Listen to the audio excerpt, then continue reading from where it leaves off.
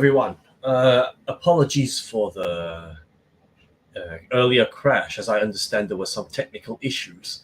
And tonight is our ongoing Dakini live stream. We're discussing Diffi-Cult Issues in Buddhism. Shamisha is not here, and so as moderator, I will just launch things right into things. Or I will launch right into things. And so, SL Chong, I believe you are here. Please give a big wave to our viewers. Hi, everyone, and Raymond. Thank you for joining us. Sorry about the technical issue just now. And for those of you who are watching, please do like and share so that more people can benefit from our broadcast tonight. And for those who are watching on YouTube, you can also subscribe. And now back to you, Raymond. Thank you. Right. We've lost time, so I'm just going to go straight into the introductions right away. So please, you can skip me. We don't need to discuss me. I'm a senior writer at Buddhist Global. Sonia is one of our esteemed guests tonight. She is marketing communication manager, founder, and CEO of Spazo Zen Wellness Center. She's also an international advisor at Lotus Heart NGO in Nepal. Great to have you with us, Sonia. Apologies for the shortened introduction, but I'm going to do the same thing for all our other guests tonight. Thank you. Good night. Good Hello. night, everybody. Good morning. Hello. Hello. Brother Sharma Wong is co-founder of the Sattva Project, and my apologies. I should also note that Sonia also is co-founder of the Sattva Project. He is a freelance writer, speaker, translator, and has been working and translating for many spiritual teachers over the years, since 1997. And he is a Vajrayana Buddhist brother. Hi, Sharma. Nice to see you. Hi, Raymond. Nice to be here. Excellent. Venerable Tenzin Paljor, you have seen him before if you've been following Lotus, the Sattva Project's live streams. He has been studying and practicing Buddhism since 1995, ordained as a full Buddhist monk in 2006 by the Sangha of Nam Yao Monastery and His Holiness the 14th Dalai Lama. Hello, Tenzin. Nice to see you. Thank you so much for blessing us with your presence and your wisdom again. Thank you. Nice to see you. And we have Michael Nolan with us, a former monk and musician. He grew up in Australia and spent several years in the United States. He completed a Bachelor of Science in the University of Queensland with majors in physics and computer science. And he took refuge in Buddhism at a temple of the Fo Guang Shan order in Taiwan. And he was also a former Getsu monk in Nepal, although now he has disrobed. Michael, great to see you. Hello, nice to be here again. And our final guest tonight is Bibek Sharma. Bibek Sharma completed his BA in Buddhist Studies at IBC in Thailand, and he is working on Yasomitra's Abhidhamma Kosha Vyakya, a sub-commentary on the Abhidhamma, to complete his PhD thesis. So, Bibek, great to have a Buddhist studies scholars with us. Nice to see you. Have a good evening. So, I think with all our many guests tonight, we will launch straight into our discussion. If you have been following our Dakini series over the past few weeks, you will know that we laid the foundation for a discussion on some sensitive but extremely important issues that are happening in the Buddhist world. And I don't think I need to remind you of what did happen this month, which sent shockwaves around the Buddhist world. And for better or for worse, there was a lot of discussion.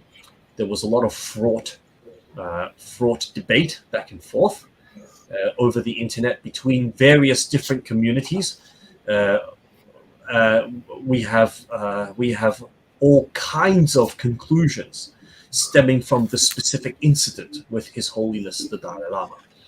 But tonight, my interest, unless we end up crossing there, is no longer really exactly what happened or anything. I think we can all agree that His Holiness had completely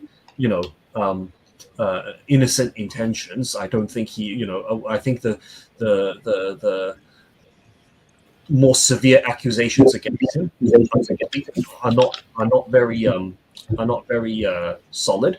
But at the same time, I am going to pose questions to the panel, all of whom I think are very interested to discuss about why this incident has been so explosive, and what are we doing as a Buddhist community around the world to actually self-reflect. And I think we will end up with some very important but sobering answers. And so I hope you strap on and enjoy this discussion with me tonight. First of all, Bibek, I would like to pose this question to you first. You have been, I'm sure you've been following the recent news.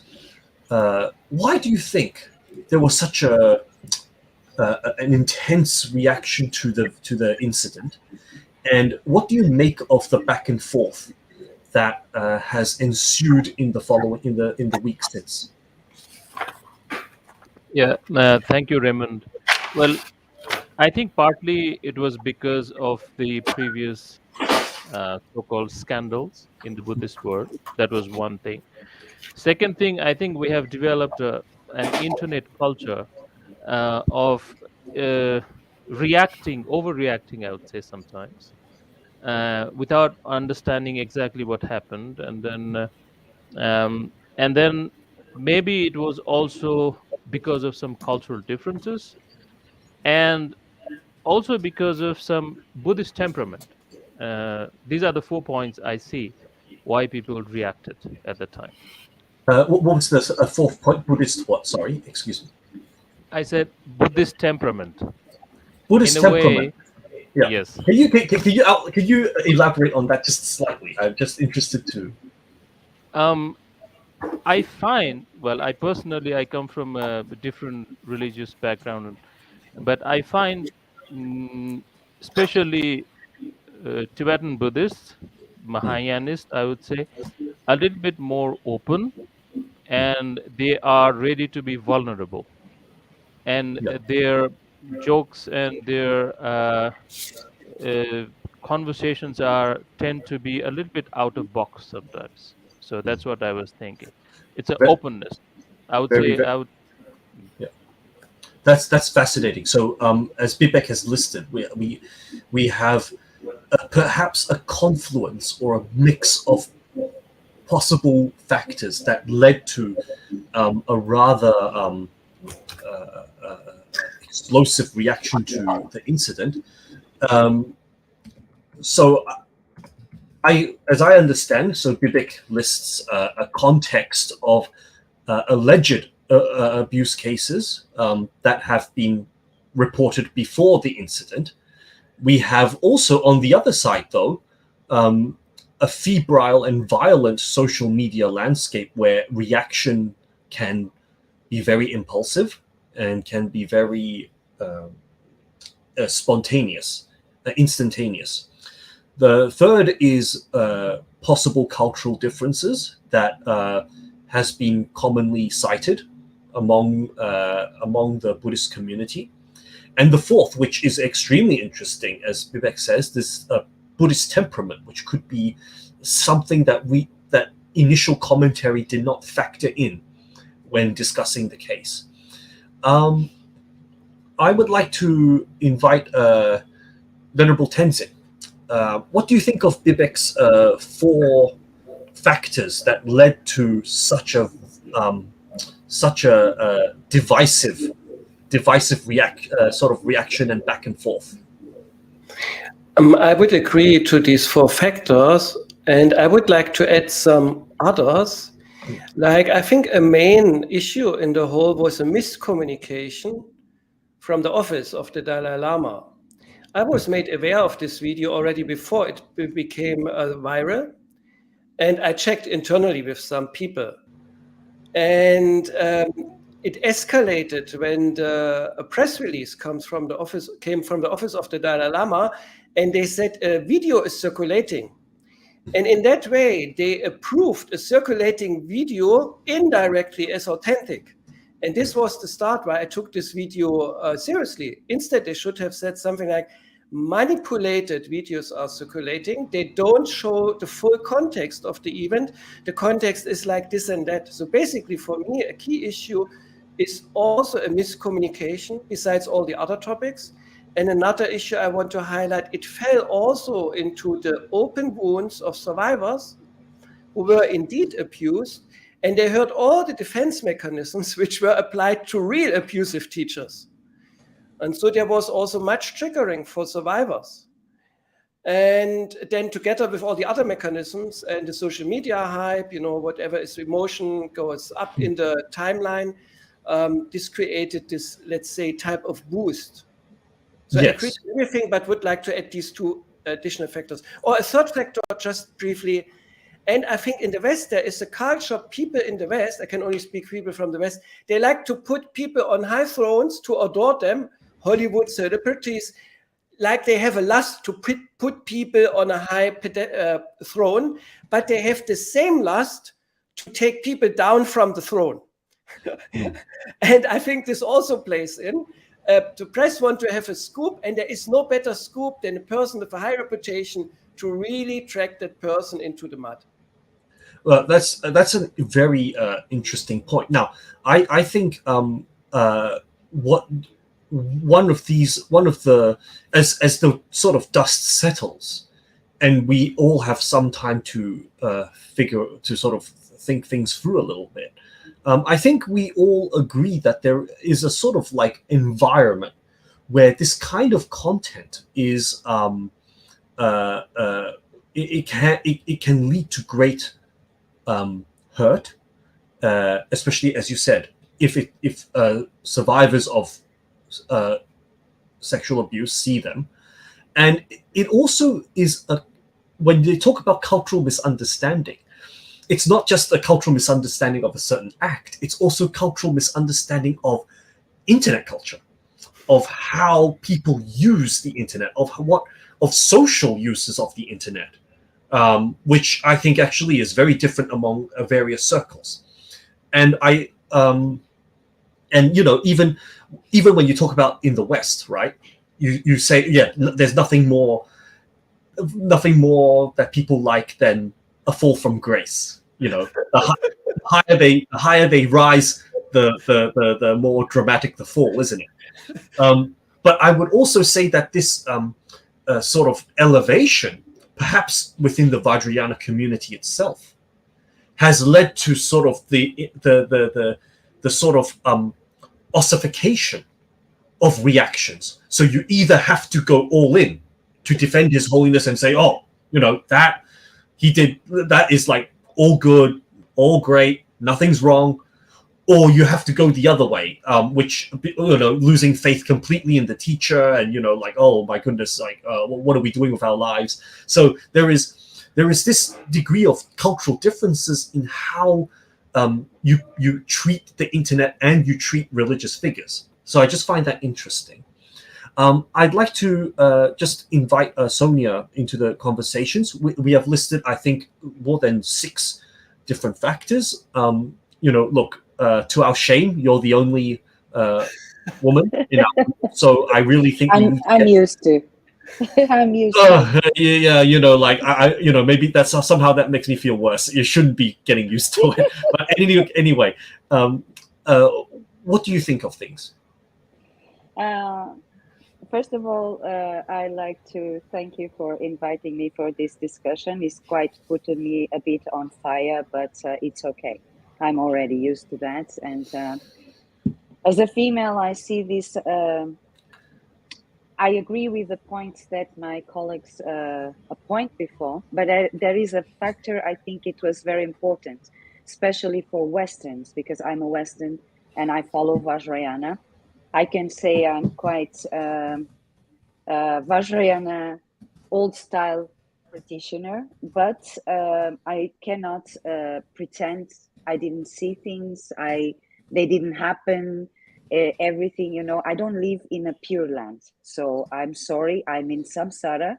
So I have to say this.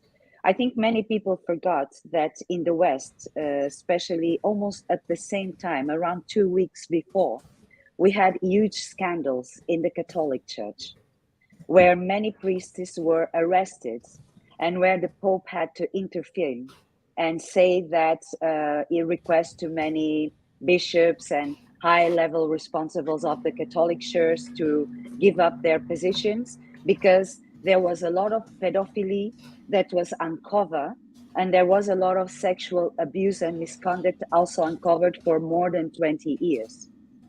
So we need to put this in a context. In the West, people saw this in the news all the time during 2 weeks. In Portugal, in France, in other countries. So this was an issue that was highly debated. Then suddenly, 2 weeks after, you hear the Dalai Lama does this with a kid. So I have to bring this. It's very important to also put the circumstances, not only the social media behavior, not only this. In the West, we had this circumstance. And this, I think, in my opinion, affected a lot many reaction of Western people because they were already feel disheartened because of what was happening in the Catholic Church and with the religion in a certain point in a religion perspective. And then suddenly they see the same with His Holiness the Dalai Lama. That is somebody that everybody really deep admires, that think he always promote peace, is a symbol of love. And suddenly they see this thing in a certain context, totally wrong context. And they thought, what is going on? When who can we trust? Yeah. So I think we also need to contextualize that we had massive problem with Catholic Church and with religion hierarchies, high religion hierarchies that were put in cause because of their behavior. And this happened in Tibetan Buddhism. I have to say this. We have a lot of misconduct behavior, bad misconduct behavior in Tibetan Buddhism that is totally silenced. Yes. And nobody talks about because everybody has the problem with the wrong views, with the bad karma, with this and that. And I think I remember His Holiness Dalai Lama words, it's like everything must be said. If you see, you cannot, just see. And if you see a house being still, you are also a thief if you don't do nothing. So this is my opinion. What I wanted to bring to this topic, like we have to see the circumstances in the West also. Many people felt very distrusted in the Catholic Church and the religious leaders. And suddenly we have the same with His Holiness the Dalai Lama. I mean, not the same, but people put in the same level of perception.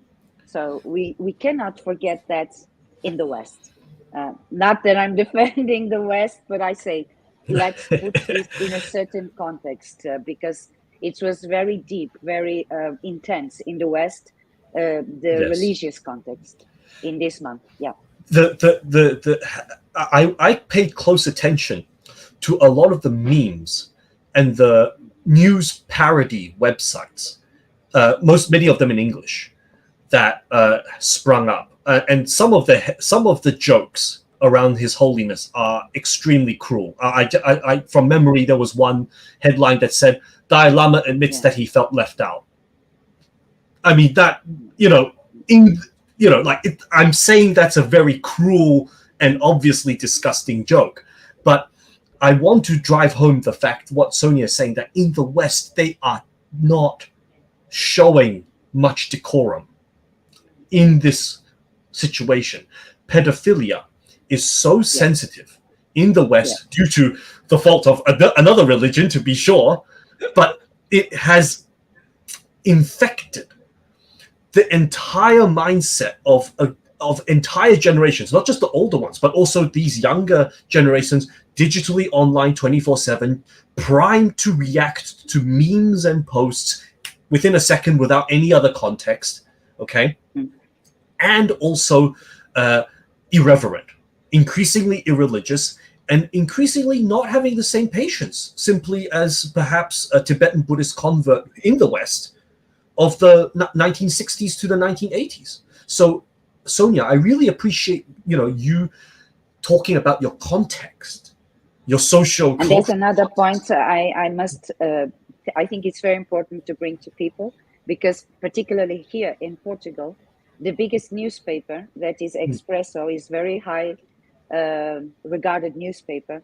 It brings, like, almost in the first page, the Dalai Lama issue, and it brought an investigation about a cult we have and a group we had in Portugal in the past, and also in France, where the leader is a Tibetan Buddhist, is a a Belgian person, and is accused of pedophile abuse, money laundering, many things. So this newspaper bring all together. Like, Buddhism is just like Catholic Church. They hide everything.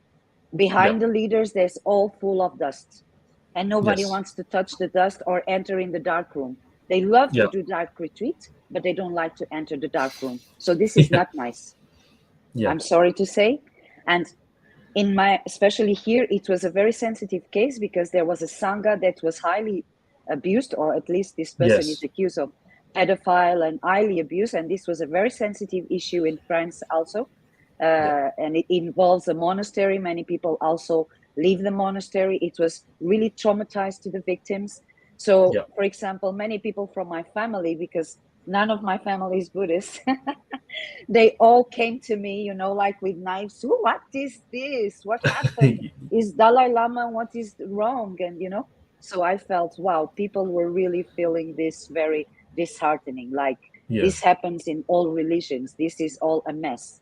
So I really need to say this, because also it brought a lot of wounds from the past in Portugal, from a situation that was very unpleasant, from abuse in a monastery in France that had a group, a Sangha in Portugal, that also was abused, and that involved pedophilia and sexual abuse and money laundering and many things. So. I mean, even if it, as we said, we have some, perhaps we have, as things calm down, we do notice some issues with the video. We do notice some issues with the actual whole incident itself. But because we live in a globalized context, and people come from different contexts, and abuse is truly undealt with in many cases. Both within Buddhism and within Christianity, we find ourselves in a real powder keg, and something that I personally think that you've brought all these wonderful points forward, Sonia, but I don't think that they've been, unfortunately, honestly addressed in. Yes, that was my final point. As a marketing degree student, I must say the worst for me was the position of His Holiness Dalai Lama surroundings and people of his office that, unfortunately, this is what we call a big mistake in marketing. You can ever do something like this, like put something circulating like this as authentic video and all of that, without rationalizing and analyzing what you are putting, because Dalai Lama is not properly, an ordinary person. He's not, he was a World Peace Award, and he's seen as a person with high respect, and with everybody associated with peace, with love, with kindness, never with abuse or misconduct. So I think this is a big mistake in marketing, and that happens many times. I already saw that in other monasteries when scandals come out. For example, in the Rigpa situation, I verified a few things also. When you have good surroundings or good professionals working with you, these kind of things usually don't happen. So this is my last. I don't have nothing else to say. I think it's a closed chapter, and I think, we all have different perceptions and sensitiveness. So many people understood from one point. Of course, in the West, it was hugely amplified, because I think of all these circumstances I brought here. And also because people in the West, as you said, they don't allow His Holiness to be human. They like to see him as a saint. So if you brought the saint and throw in the floor, they don't want to see this saint broken. It's like, oh no, he is like a saint. He cannot do this, he cannot do that. And so he's a star and suddenly he's ashamed. This is very easy in the Western world. But duality. Also people that surround the Dalai Lama should know very well the Westerns, because they work with a lot of Westerns directly. So even one more reason for his marketing people should not ever do something like this. Yeah, totally they should all be fired, quite honestly. Anyway, I will move on to Michael very soon. But Tenzin just said he wanted to add something. Tenzin, can you add this quickly before I move on to Michael? Yes, I will quickly add. There is another reason why this had this type of drive and peak. There is a mixing in the culture, like the background we have in the West with the pedophilia in the Catholic Church, but also there is a projection. The Dalai Lama is like the Pope, and he can interfere with other lamas' businesses, which he cannot, especially if they are from other schools. And then there's another issue, this case, which was mentioned by Sonia in Belgium and France. It is horrible what happened to the kids and to the people there. It was a part of the Nyingma tradition, and the Dalai Lama might have been informed about it, but he cannot infer really with the Nyingma tradition business or with the teachers from that school. So the whole topic of abuse is unaddressed in Tibetan Buddhism. Survivors are not being taken seriously and listened to. Actually, they fight to be heard themselves or go to justice to find some justice, but they don't get much support from Buddhist authority or Buddhist leaders. So they feel totally abandoned and alone. And then, so there is no taking on responsibility, which is also based on Buddhist ideas. Basically, Buddhism is organized anarchistic. You know, every tradition has its own head.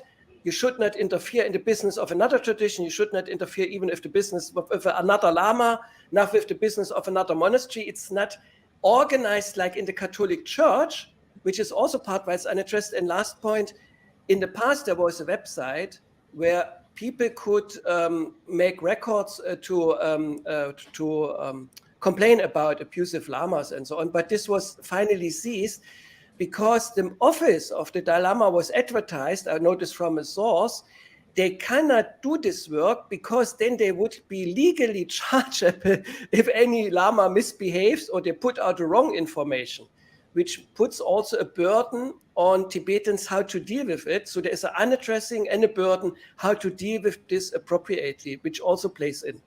Thank you.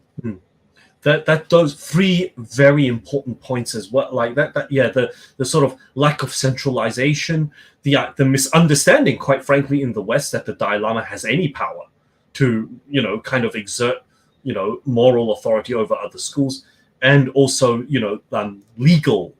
Buddhists are not well equipped to go into the legal realm. And I think they barely, they can barely get marketing, they can barely get PR right. So never mind the legal thing. Michael, I'd like to move on to you. We have many factors adding into this extremely dangerous and unfortunate environment. What do you make of it all?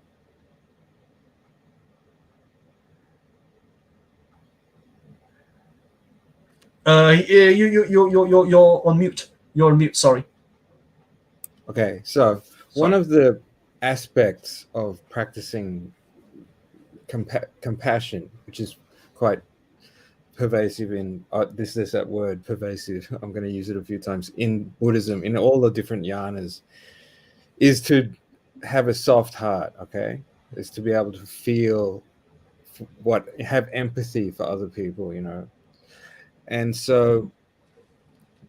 And that includes yourself, especially when you're a survivor of abuse. You at first it's very hard because you've actually been closed off. So, but I've been out for a long time, and so when I started seeing all these things appearing all at once, although in several parts of social media, I was very shocked. Yeah, and I didn't write anything for a while. I wanted to relax a bit, but I usually react to and write my reactions out there and start off discussions on my social media. And so I've been just going over this over and over again, like what is there positive and useful to say about this? The way I categorize it is that it's a crossing of boundaries, just like all the victims have their boundaries crossed, more and more personal space infected, their ability to criticize, their ability to even react. They're trained not to react by certain teachers. Like even like we're talking about the OKC Lama, right? That before from Belgium. He's not accused. He's guilty and convicted. Did you know that? It's not very well known because it's been very quiet and spread out over almost decades of legal battles with him just dumping, I don't know how much money into the legal system. So it's barely even known. And then when he got convicted, he got a suspended sentence. So convicted of abusing children sexually, and just goes free because of so much money dumped in and so many, kind of like Trump. So, if you're a Buddhist monk with those vows, those 256 vows or 65,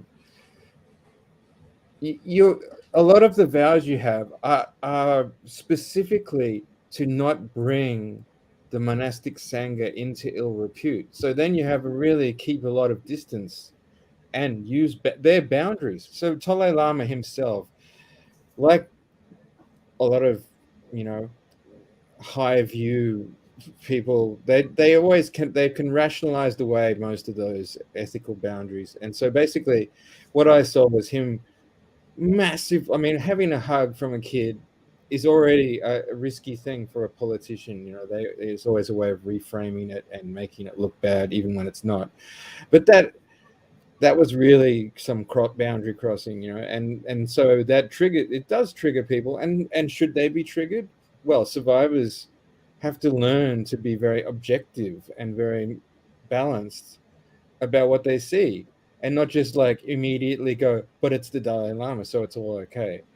If anyone else did it, it's not okay. Why is it okay for the Dalai Lama? So why is it okay for him also, as someone with massive training who teaches ethics to other monks, to go out there and just be like,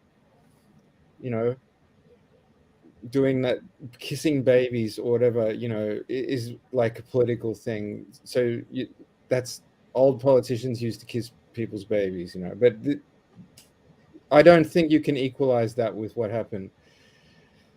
So I'm going to stand up for all the victims who've had their boundaries crossed and say we'd like to be able to call a spade and say that if someone doesn't go down for that kind of thing, at least and do something to reform themselves and come back, then why would anyone else bother? Why even have ethical boundaries? Why even have the vows? But I guess he could just go and do Sojong and it's all okay. So well, I think you're absolutely right. There is a certain I think I myself, let me put my cards on the table as a journalist of Buddhism. I think if you see something that gives you a visceral reaction of disgust, you just feel it in your gut, and it's that kind of that kind of feeling. Do not discount that feeling. And the reality is that I think many people kind of, and this is part of the sad thing of the whole situation, there is certainly a contingent of internet keyboard warriors who reacted super quick and sort of did sort of take certain things out of context and all that sort of thing. Yet at the same time, I think there has been a lot of intellectual gymnastics, on part of certain people who, out of perhaps the goodness of their heart, out of perhaps the dichotomy that they can't escape the dichotomy of Dalai Lama as a saint or a depraved person, so they have to go with the saint, and so they have to defend. So there is no way to stake a middle ground in to say that the Dalai Lama crossed boundaries, bad mistake, but at the same time, perhaps there are certain cultural differences that did not translate into a Western context where there is a long history of sexual abuse in Tibetan and Vajrayana institutions. So there was a severe mismatch at multiple levels: the epistemic, the institutional, the cultural, and also the individual. That's my sense. Maybe we could return a little bit to the Indo-Tibetan situation. Bibek, did you hear anything or see anything that was particularly unique about the sort of like this defense of the Dalai Lama? I think one of the problems is that I think many people, especially survivors and people who are associated with survivors, they feel as if the defense of the Dalai Lama does not seem to be much different from what they've heard of real cases of abuse. So even if we allow for the fact that the Dalai Lama perhaps was misunderstood, the video might have been, dodgily edited or doctored in certain manner, it seems that the defense that arose to the Dalai Lama echoes many of the arguments that have been applied to people who have abused in the past. And maybe that is triggering. Maybe that is maybe very infuriating. Thank you, Raymond, and thank you all of you for an enlightening talk. Of course, it triggered. Of course, it triggered. That's how people react. Otherwise, they would not react. If you have a very clear understanding of the situation, and then you have a knowledge of your, let's say, underlying emotions, then people often react in a very sane way, very balanced way. So that's always the case. That's why we emphasize so much in Buddhism. We emphasize so much in prajna, or wisdom, to understand the situation completely, right? But I would still a little bit highlight on the cultural things. Let me give my own example. I was brought up in Nepal. I'm a Nepali, and then I come from a different religious background. I was a Hindu, and now I'm Buddhist, right? So I have seen all the different spectrums, and then I have lived in different Buddhist, Asian Buddhist countries like Taiwan, Thailand.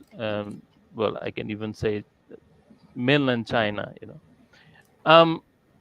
There is an element of cultural difference, of course. I would say. Let me give an example.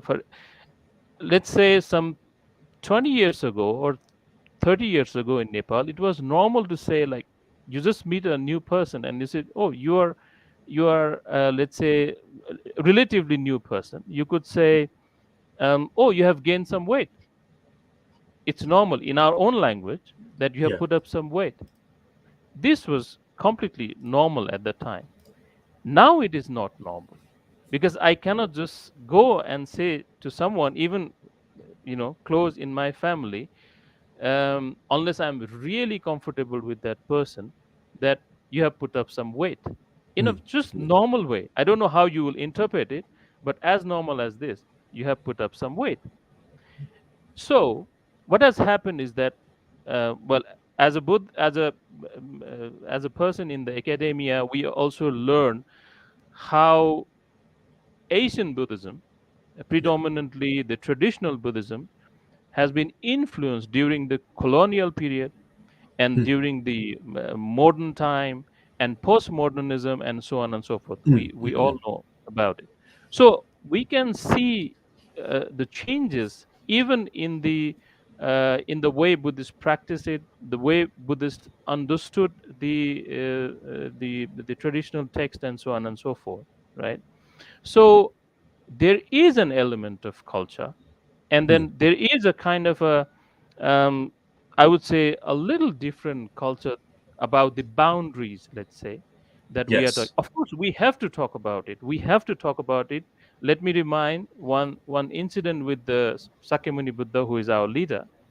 There is in one of the Jatakas, he has clearly mentioned that we can perhaps ignore all the conventions, but we cannot ignore the truth. That is the most important thing for Buddhist. If we leave the truth, we are no more Buddhists in a way. Let's say if we define what is Buddhism or why Buddhist practice, and then we Yes. practice for the truth.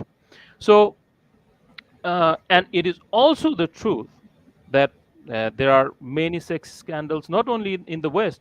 I know of myself, some close people, Buddhist, non-Buddhist, a lot of scandals in Nepal and in Indian society. That is the truth too, right? But at the same time, we cannot just ignore wholesale the cultural differences and somehow superimpose our conventions to what is something a little foreign or different than ours, right? So that's why I was giving this very simple example of putting the weight. So now that has changed in Nepal, right? Before it wasn't the question of boundary. Now it's a question of boundary. Yes, the shifting cultural boundaries, is extremely difficult, given now that as I think that we can discuss two truths. Now, as far as as far as just to lay my cards on the table, is that I think just one thing. But sure. I am not defending as a Buddhist. I told you I come from a different background. I am not a traditional Buddhist. So I am not defending any kind of sexual abuse or any such things done in the past, whether it is done by any high lamas or venerables or whoever. I am not defending, and I am ready to look at it on its face as a Buddhist. Okay. No. I think we are all on the same page that abuse is definitely not okay. I would like to bring in Sharma. You're often at the intersection of East and West, so you are probably aware of shifting cultural differences, the idea of potentially different boundaries. But at the same time, you and I have had discussions, and I know you to I know that you share with me that sort of like that instinct, now whether is that a universal thing, or is it something that might be culturally influenced? So I don't know, but what do you make of the various assessments of the situation? Okay, when we look at this issue, the particular issue of Dalai Lama, and we are yet to hear an explanation from His Holiness Dalai Lama himself. Do you notice that? Everybody's trying to go inside and defend him or defame him, but we yet to hear from him himself. Under what circumstances he was doing that kind of action in front of the public? Okay, we're yet to hear from him. So I demanded an explanation from the Dalai Lama in my Facebook post. But my friend wrote to me that you are hurting my feeling. He said, why you are being so critical about the Dalai Lama? So in short, I noticed that as Buddhists, collectively, we are hurt by people criticizing our guru, especially the beloved Dalai Lama, the leader of Tibet and Tibetan Buddhism. And we are somehow in a state of denial. We can't accept that this really happened. When I saw the scene in the video, I really feel a bit shocked, actually. We couldn't believe that it really happened. And it's just like you have a cancer. You in the first stage, you feel shock, and you are in the stage of denial, and you want to bargain. So what internet response from Buddhists collectively, for me, we are still bargaining. You are still using a lot of excuses like social differences, political agenda by the China, and Western media manipulation to rationalize things, to clarify things. Yet we really don't know. Why don't we just say we don't know what really happened, and we need the person in that scenario, Dalai Lama himself, to explain to us what really happened, in that kind of thing, in that moment, what really happened to Dalai Lama, what makes him say and do what said and did what he did. That's very important point. So from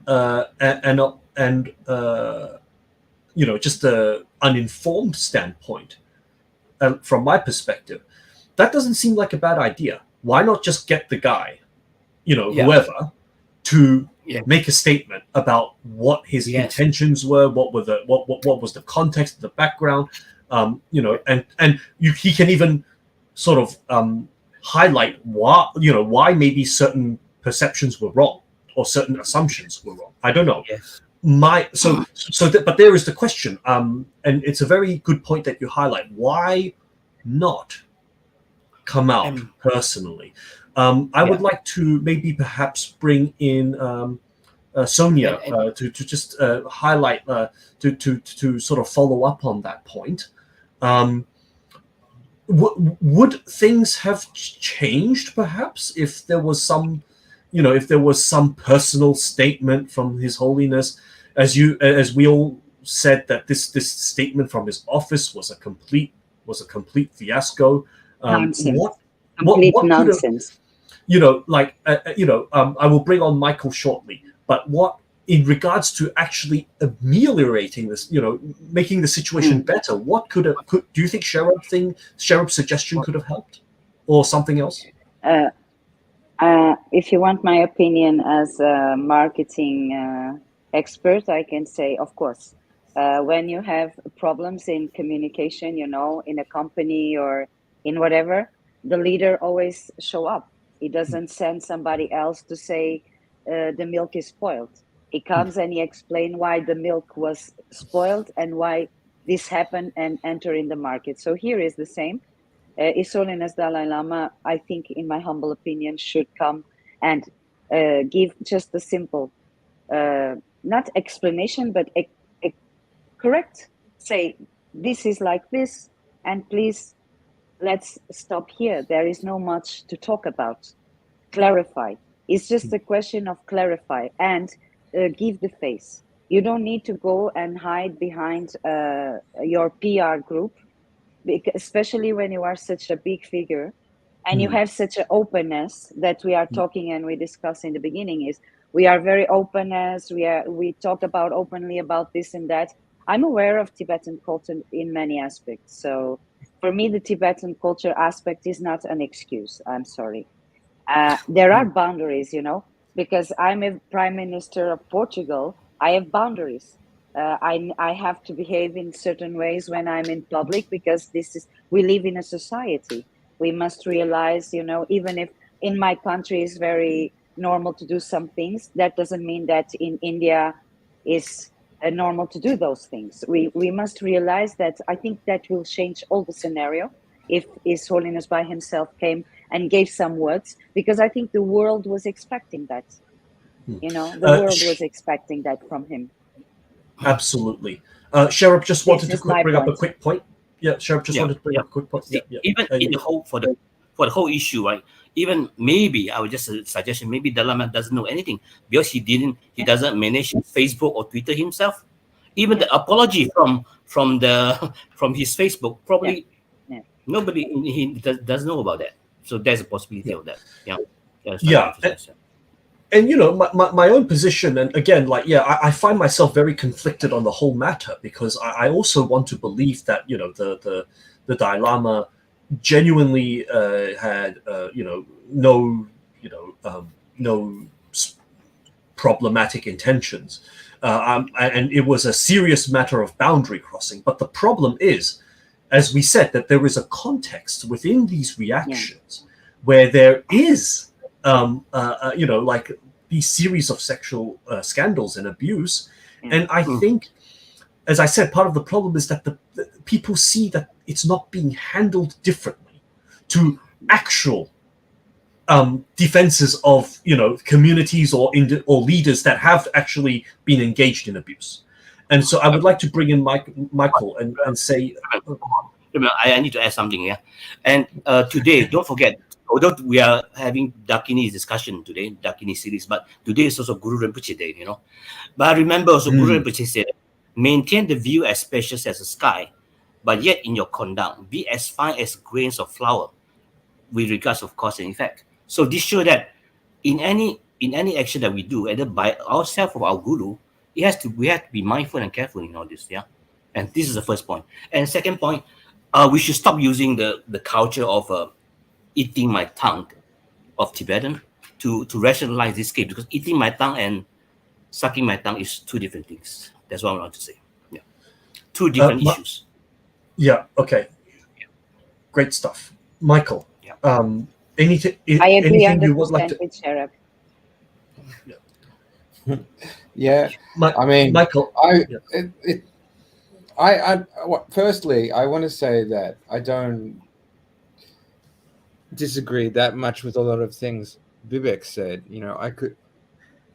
That's where I was for a while with it, and then, but because I'm in a repeated process, not of studying the pure texts, which are like the original, you know, word of enlightened scholars or enlightened teachers, but I'm more in the process of recovering from a lot of language that it was used to manipulate me, you know, and so boundary crossing is only one thing.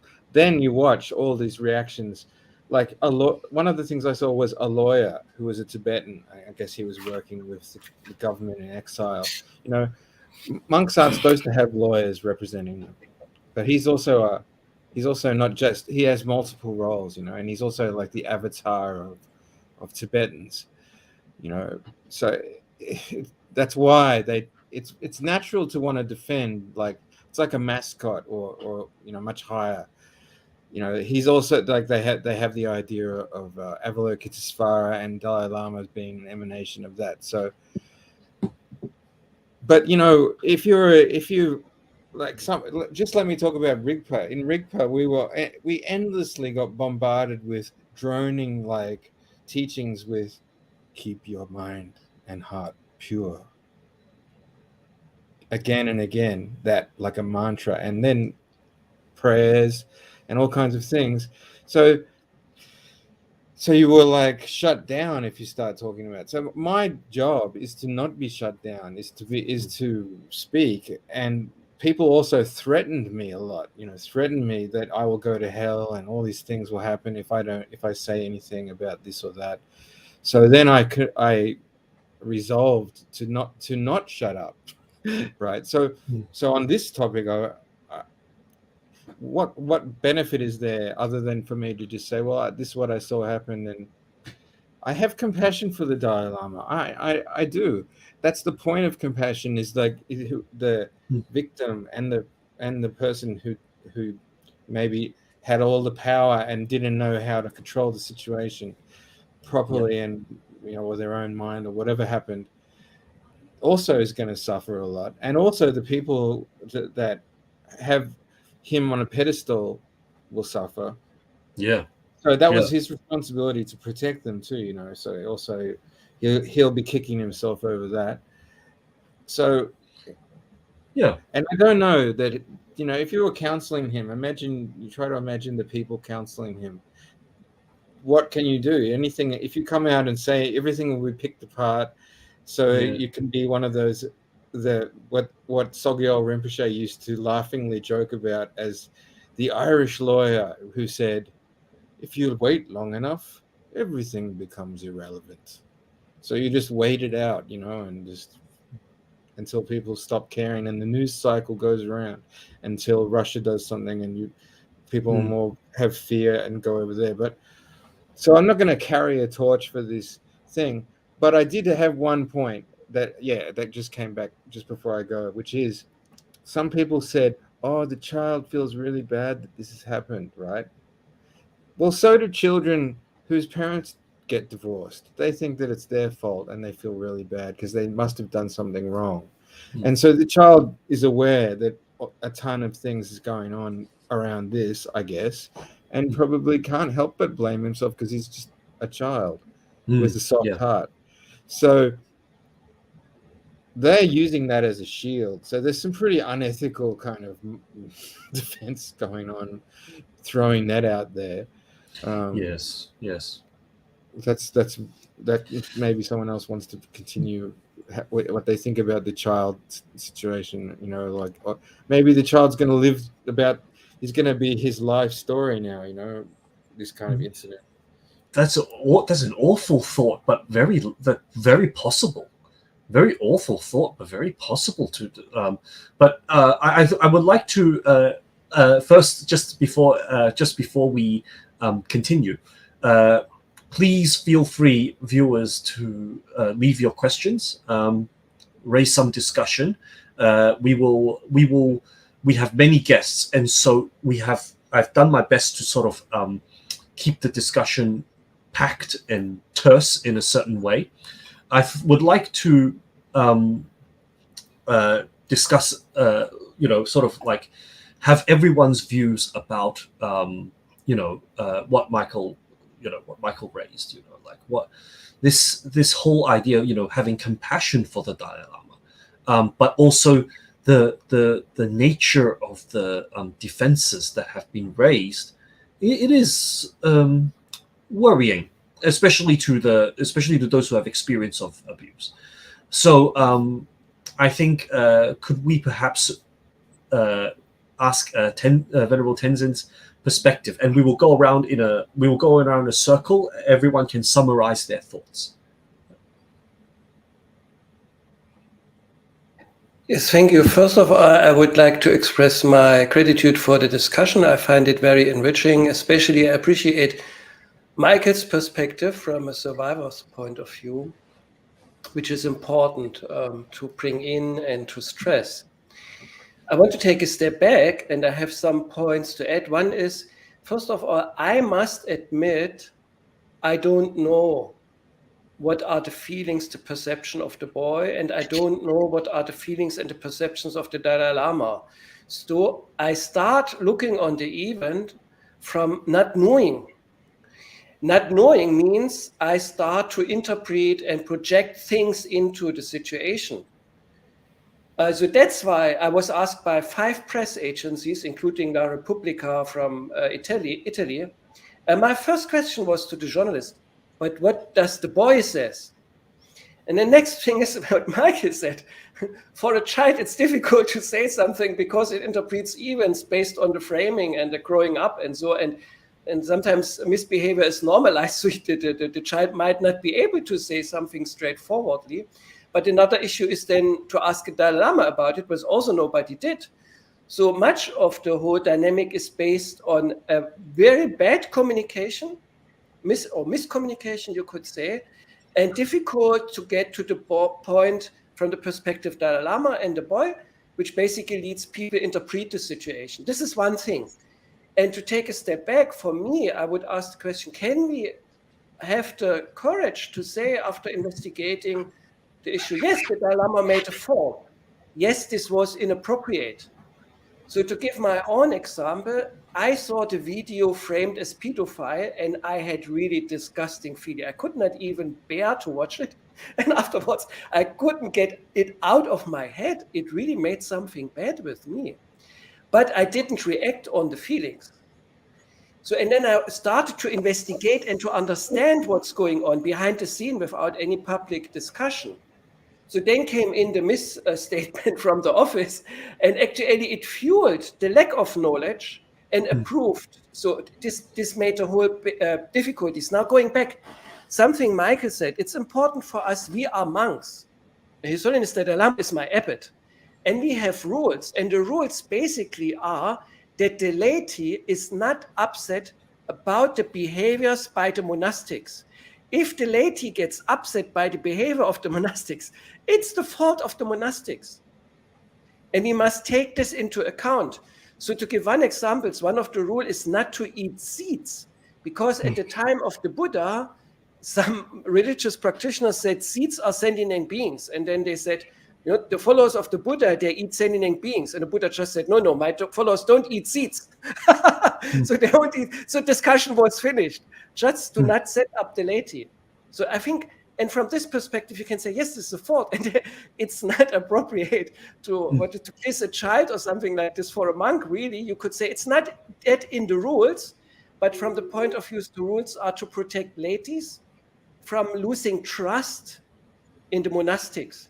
And then there is another issue in the Bodhisattva vows, which is also to behave in a way that people don't lose faith in you. And you have to take responsibility if people lose faith in you, and you must clarify the situation for the sake of others, to get not caught up in their emotions, their disturbing emotions, to help them to get out of it. Yeah. Thank you. That's basically I have to add. That's a very excellent summary. Thank you so much. Sonia, perhaps you could offer some of your thoughts overall to this case. Even though you said you had nothing to say, but we will wrap it up. Yeah, I mean, in relation to this case of His Holiness Dalai Lama, I think this brought harm enough in a certain sense, because it brings disharmony, it brings misunderstanding, and maybe sometimes inappropriate views of many things, because I will not say cultural difference, because there is nothing to do with culture. It's boundaries, understanding of difference, because I think many people here don't understand the meaning of boundaries. So this is the point also. And as you said, it's difficult to accept or say, oh, because it's His Holiness Dalai Lama, this was not very correct, or not, let's say, political correct in a certain sense. I think people are very afraid to say when it's a big leader, or especially here, many people see him as a pope in Buddhism. And as Tenzin Paljor was saying, monks, they have their own vows and they have their own things exactly to protect from the lay people. So there is also here the situation of this thing that I'm not able to discuss because I'm not a nun, so I'm not able to discuss this at all. But what I can say is, first, I think it was totally inappropriate, the reaction and the answer of His Holiness Dalai Lama office. This was totally inappropriate, totally useful, create a big mistake and a big problem. And second, I think all of this happened because there is many things that are hidden behind the curtains in Tibetan Buddhism related to abuse. Nobody dares to talk about big lamas, great leaders, because it's like they are gods, because they move a lot of money. We need to be very, very straight to the point. If these people didn't move a lot of money, everybody will talk. This is simple as this. So I have nothing else to say about this issue. I think, like all lamas and in Vajrayana, we know very well, we need to be very aware of our surroundings. This is very important. That's why many great teachers, they have a lot of problems because of their surroundings. And also, as Sherab said, we must observe things and be very aware of our karma, our ethic, our conduct, and not just preach, but give the example. And example always come from above, in my humble opinion. So there's not much to say, and thank you so much for your kindness. Thank you, Sonia. Yeah, I actually I almost feel that the press release of the Dalai Lama was, made things. I think we're largely in some agreement. I think that it just made things even more confusing and even worse. Bibek, do you have any concluding thoughts about this whole situation, and perhaps how could we move forward in the future? I mean, like this has been a very difficult month. We're at my end, we're about to move into the 1st of May. I think we're all eager to leave this month behind. What do you think of the whole situation? Just as some concluding thoughts. Yeah, I think we need to seriously think about such kind of issues, I think. And also there is a lot of bottled up emotions and unresolved issues that needs to be addressed. Unless those things are addressed, perhaps we cannot look at any other incidents without being let's say without being tainted or without being colored by previous incidents. So Yes. because we have all those memories with us, information with us, and so on and so forth. Nobody knows Dalai Lama personally. Nobody knows those people who abused, and then those who were abused. So we always have a perceptions about the things there. But at the same time, I would still defend the points I have made.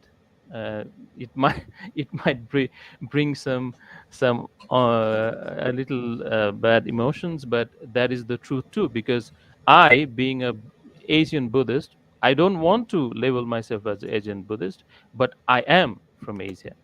And then I can see that my, let's say, for the sake of this discussion, I can see how my culture was being encroached to some extent, and how things were being imposed.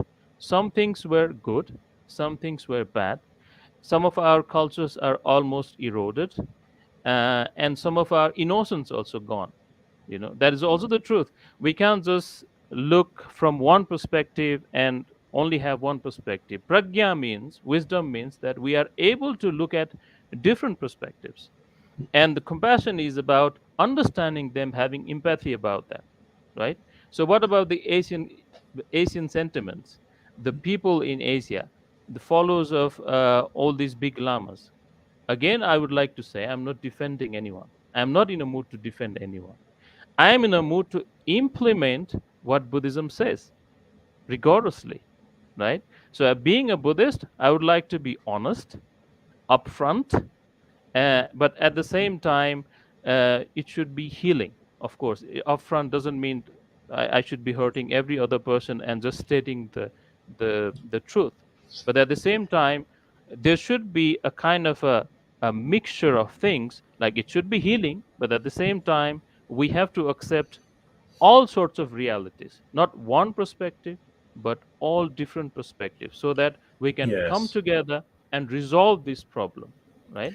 So as a let's say, let me put it emphasize one more time, as an Asian Buddhist, I would like to tell you all, and all those who will be listening and viewing this, that there is an element of culture. And why I'm saying this, I'm myself a linguist. I speak several languages. Well, relatively, I managed to speak them. I managed to read like several languages, and then sometimes I have problem even speaking English, which I think I have learned since childhood. So, and then I translate. That is also truth. I'm telling you from my own experience. So we cannot just live in another denial and then just look at one perspective, right? So when I'm translating the Buddhist text, when I read Buddhist text, for example, as a linguist, I read Chinese and Sanskrit and Pali. When I see a mistranslation of those things, then I have a problem. Because, and I understand, for example, why nirvana was translated into enlightenment. What is the relationship between enlightenment and nirvana? Semantically, from the point of view of root, there is no relationship at all. But we lived with enlightenment, this word enlightenment, for almost 100 years, and still we use it. The most used word is enlightenment for nirvana, whereas there is no relationship at all, right? So we cannot ignore this from the point of view of like human being living in this world. The cultural difference is a reality.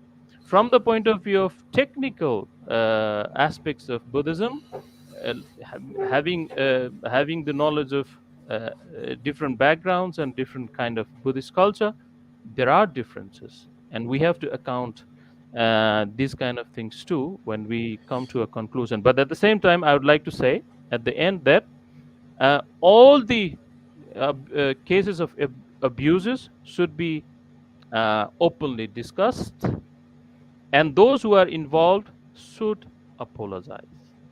Thank you. No, I think you have offered a nuanced point, and I think language is a big matter, and I think also I also saw a lot of the Tibetans the Tibetan community's defense of the Dalai Lama. Quite frankly, some of them were just very silly. But at the same time, I look at them and I think there is a great hurt going on, as you were saying. Like they felt it wasn't just about the Dalai Lama.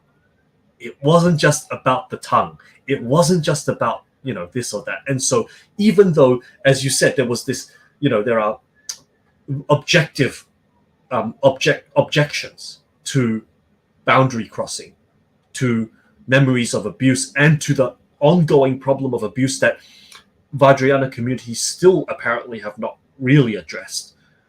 Yet the Tibetans felt that this was something more, right? So even though you could say that some of their defenses were, either incoherent or just, right out from the playbook from another community that did experience abuse, which was very disturbing.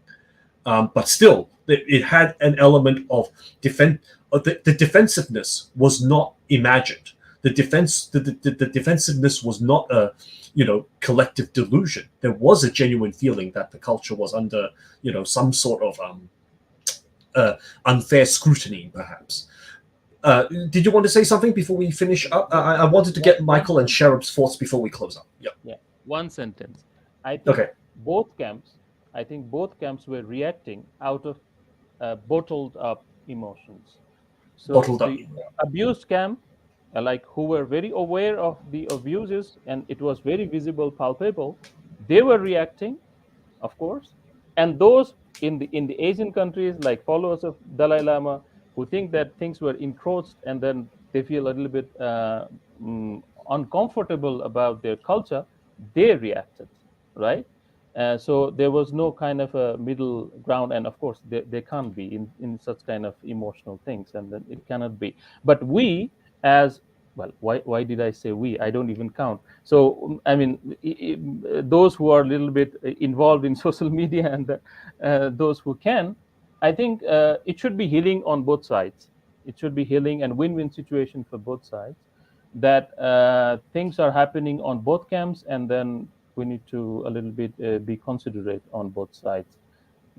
So I pray to Avalokiteshvara and all those that they may enlighten us with more compassion, wisdom.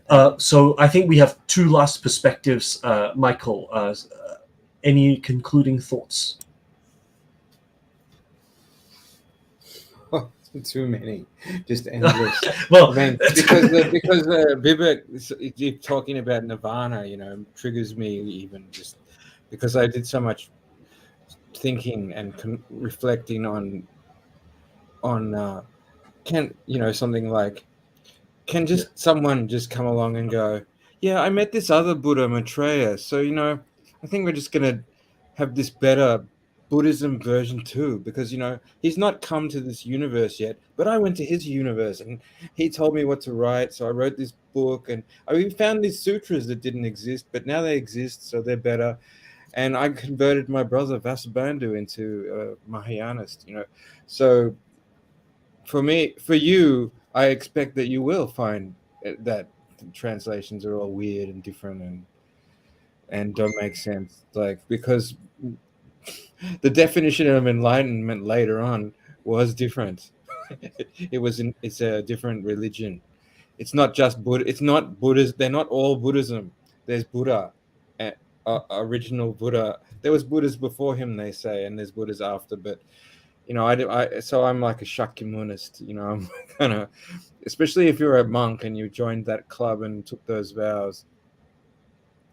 And now so the big reaction that I had was when Sonia said, I'm not a nun, so I'm not allowed to say anything.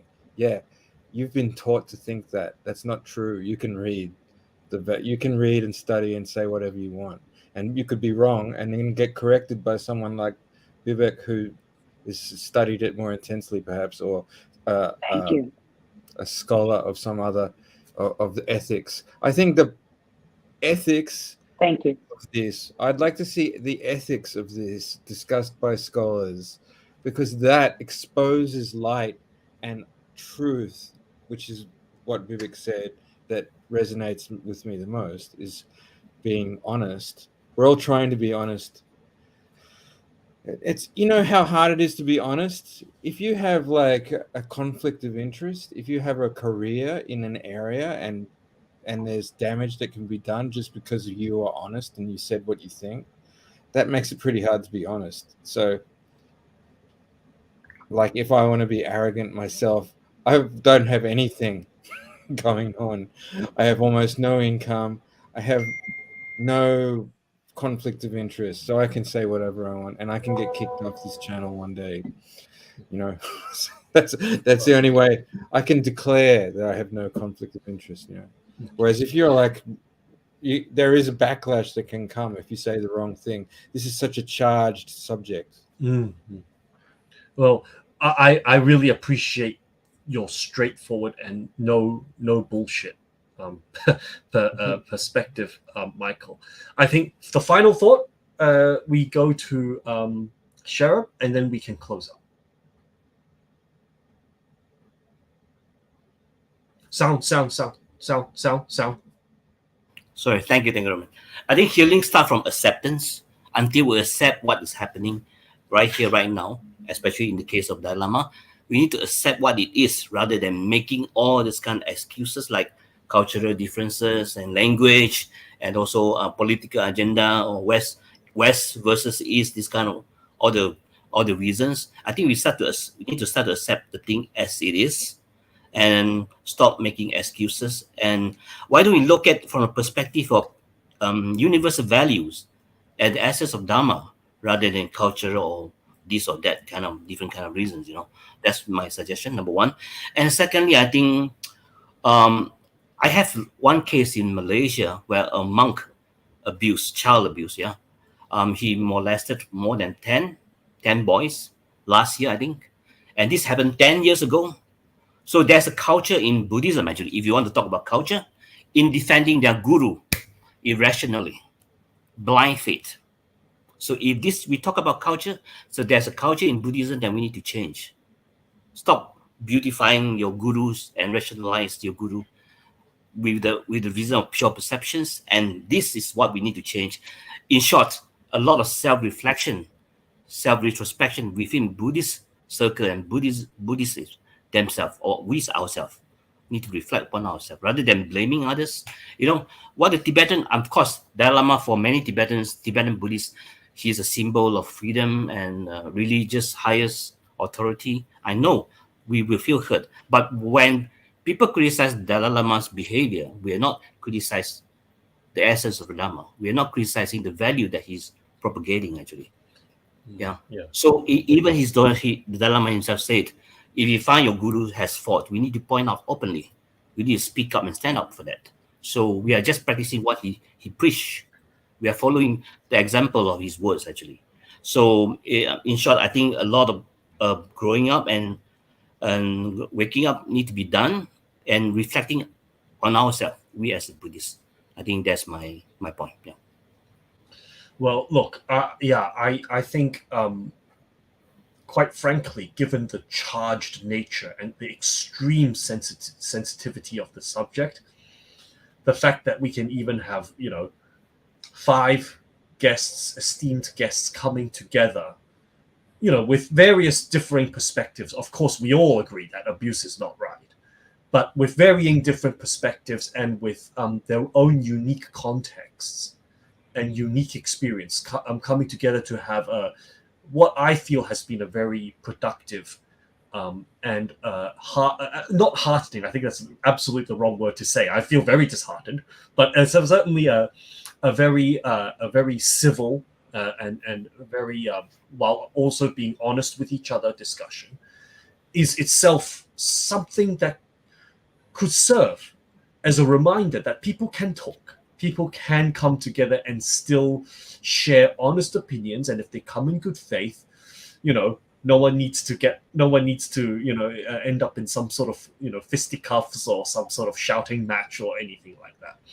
I think we have demonstrated that tonight, and I'm not sure, I'm not sure that we have done enough to really sort of talk about that. And part of the problem is social media. I see some people on social media having a very good discussion, very articulate, long paragraphs. Others descend into shouting matches and sharing of images, just sort of defending the Dalai Lama, or memes that are extremely outrageous and just not really addressing the point. I think one thing to add, Raymond, I think perhaps we need to look at these things differently with a positive light, with a more light-hearted manner. I think this symbolizes, after the passing away of Lama Zopa Rinpoche and this incident of Dalai Lama, I feel that it is a beginning, perhaps it is the ending of an old era. Yeah. Perhaps new dawn is coming, Perhaps something refreshing and something new. Or perhaps perhaps this will stimulate some sort of even if we don't call it self-reflection, but this what I called in my column a terrible, horrible, no good, very bad week for Vajrayana Buddhism. That was what I said. That was my column title. I think it could stimulate certain thoughts in people, and we don't, and it can go anywhere. I think that's good enough, as long as we start thinking about these certain things that have been latent within Buddhism for so long. And I think this is just the taste. This is just the beginning. There's probably much more that should be discussed in a systematic and civil manner. But I think we've discussed in sufficiently for tonight. And I really, really thank every single guest for their frank, no nonsense, yet informed perspective on the subject matter. Thank you so much for sharing this very vulnerable and potentially triggering aspect. Thank you to all of you, especially Michael as survivor.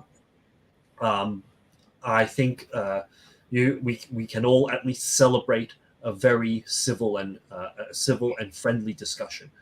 Thank you, Cheryl, for having me as moderator. I think perhaps we can close up for tonight, and we leave everyone with many things to think about. Oh, I did that. All right. Let me close up with the 4 great vows of the Bodhisattva. Sentient beings are numberless. We vow to save them all. Delusions are endless. We vow to cut through them all. The teachings are infinite. We vow to learn them all. The Buddha way is inconceivable. We vow to attain it. May all beings be well, happy, and safe. Thank you so much for this discussion. And thank you for being with us tonight, all of you. And thank you, anyone out there, for sticking with us to the end. I wish you a good night and take care. Thank you, Raymond. Thank you, everybody.